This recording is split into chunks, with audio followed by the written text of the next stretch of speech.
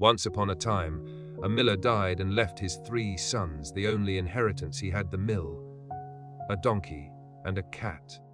The eldest son took the mill, the second took the donkey, and the youngest received the cat. The youngest son sat by the hearth and sighed. "My brothers will be able to earn a living," he said. "But what can I do with a cat? When it dies, I'll have nothing." The cat, who had been quietly washing its face, looked up with bright, intelligent eyes. "Do not be so sad," the cat said. "Give me a bag and a pair of boots, and you will see that you have not been treated so poorly." The young man, nearly fell off his stool. A talking cat was strange enough, but a cat asking for boots was stranger still. Yet the cat spoke with such calm confidence that the young man's despair softened into curiosity. "If boots and a bag are what you want, then boots and a bag you shall have," he said. He used the little money he had to buy a sturdy leather bag and a fine pair of boots. When the cat pulled the boots onto its paws and tightened the straps, it stood taller, as if it had always been meant to walk like a person. It slung the bag over its shoulder, bowed with great seriousness, and said, "Leave the rest to me." The cat went out into the fields and woods. It knew where rabbits ran and where partridges hid. It put grain and herbs into the bag as bait, then lay down as if dead, its paws stiff and its tongue slightly out, waiting patiently. Before long, a curious rabbit hopped closer, sniffed the bag, and crawled inside to reach the bait. In a blink, the cat sprang up, pulled the strings tight, and caught the rabbit. "Excellent," the cat said. "We begin." It marched straight to the king's palace, asked to speak with the royal steward, and presented the rabbit with a grand bow. "This gift," said the cat, "is sent to His Majesty from my master, the Marquis of Carabas." The steward took the rabbit, pleased, and brought it to the king. The king enjoyed fine game and liked gifts even more. "Tell the Marquis of Carabas I accept with gratitude," he said. The cat bowed again and went away. 2 days later, it caught a pair of partridges, then a fat pheasant, then a basket of quail. Each time it brought the prize to the palace and repeated the same words: "A gift from my master, the Marquis of Carabas." Soon, the king began to ask about this mysterious Marquis.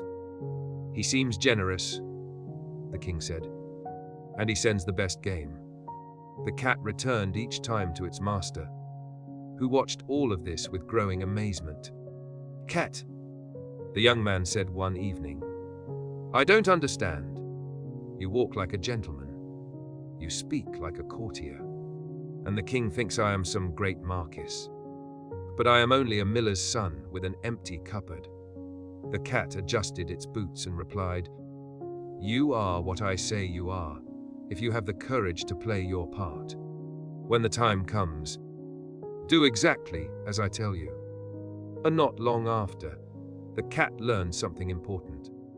The king planned to ride out in his golden carriage with the princess, traveling along the river road. The cat rushed back to its master. "Tomorrow," it said, "put on your best clothes, whatever you have that is clean and decent, and come with me to the river. And when I tell you to, do not hesitate. Do as I say." The next day, the young man followed the cat to the riverbank.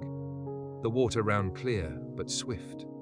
The cat looked around carefully and chose a spot where the king's carriage would pass. "No," the cat said, "take off your clothes and step into the water. Not deep, just enough to look as if you've been in trouble. And whatever happens, call for help." The young man turned red. "But trust me," the cat said firmly. So the young man did it. He stepped into the river and splashed about, shivering and embarrassed, while the cat hid his clothes among reeds and stones. Soon the sound of wheels and horses reached them. The royal carriage approached, gleaming in the sun. The cat sprang onto the road and shouted at the top of its lungs. "Help! Help! The Marquis of Carabas is drowning!" The carriage stopped at once. The king leaned out, startled. "The Marquis of Carabas," he repeated, recognizing the name. Guards rushed to the river and pulled the young man out. He was soaked, trembling, and ashamed, but he tried to stand with dignity. The cat ran to the carriage and cried, "Your Majesty, while my master was bathing, thieves stole his clothes and left him helpless. If not for your mercy, the Marquis would have perished." The king, already favorably disposed by the many gifts, was outraged. "Thieves on my roads," he exclaimed.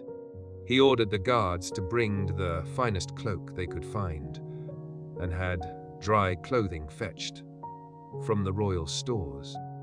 The princess, sitting beside her father, glanced at the young man. With his hair damp and his face flushed, he looked less like a beggar and more like a handsome gentleman caught in misfortune. The king, pleased to do a grand act of kindness, invited him into the carriage. "Marquis," the king said warmly, "you must ride with us. You have had a terrible shock." The young man, still dizzy from surprise, bowed as best he could. "Your Majesty honors me," he said, and climbed into the carriage beside the princess. Meanwhile, the cat, running swiftly along the roadside, hurried ahead of the carriage. It had far more to do. Not far beyond the river road lay wide lands, fields of wheat, meadows full of hay, orchards heavy with fruit. These lands belonged to a fearsome ogre who lived in a great castle beyond the hills. The cat knew this, and it also knew something else. Ogres might be powerful, but they were often vain. The cat raced into the first meadow and found laborers cutting hay. "Good people," the cat called, "the king will pass this way. When he asks whose fields these are, you must say, 'They belong to the Marquis of Carabas.' If you do not, you will regret it." The workers stared at the cat in boots, too astonished to argue. Something in the cat's tone made them believe it was wise to obey.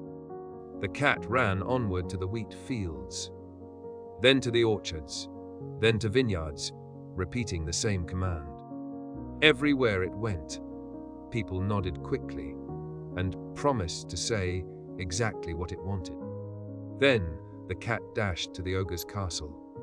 Behind it, the royal carriage rolled along the road. The king admired the countryside and leaned out to ask the workers, "Whose fine meadow is this?" The workers bowed and called, "It belongs to the Marquis of Carabas." The king turned to the young man and smiled. "A lovely estate, Marquis." A little farther on, the king asked again, "Whose wheat grows here?" "It belongs to the Marquis of Carabas." The princess looked at the young man with new interest, and the young man did his best not to look as confused as he felt. In this way the carriage traveled through land after land, and every answer was the same. The king became more impressed with every mile. At last the cat reached the ogre's castle. It was enormous, built of dark stone, with banners hanging from tall towers.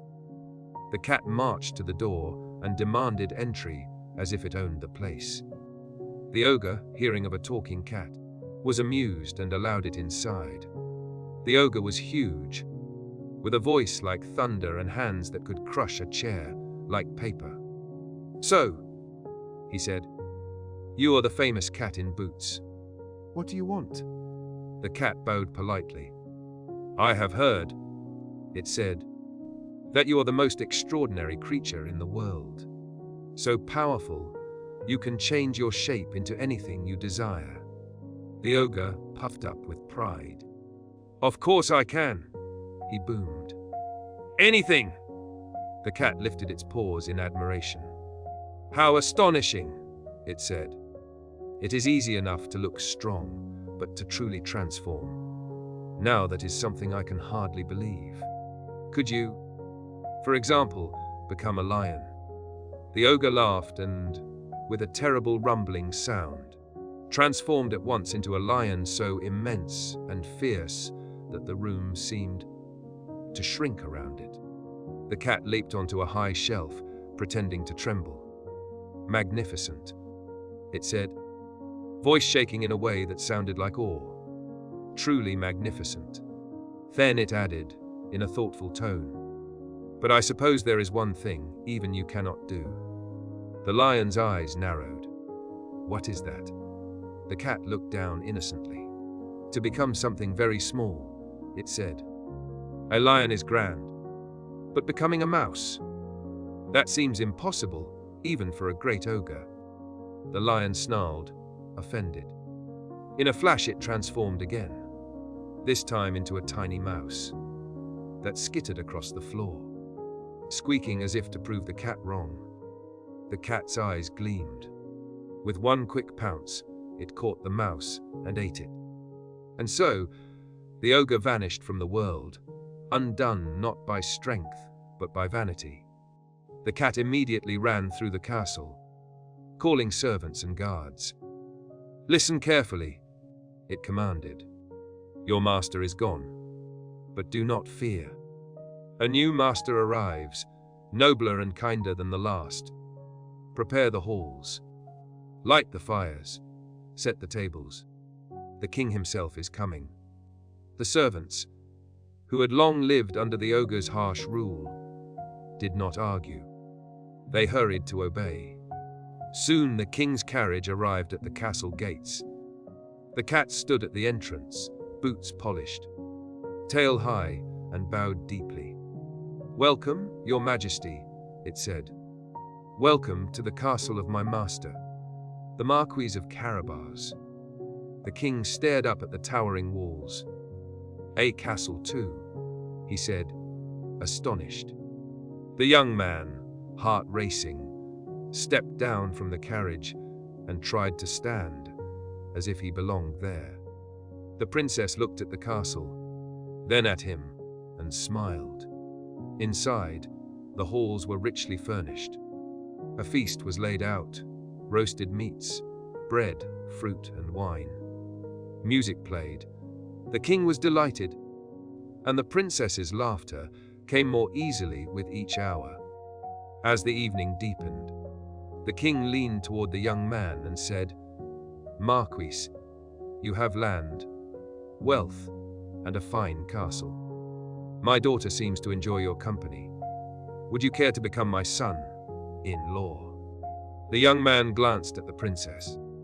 She met his eyes calmly, as if inviting him to be brave.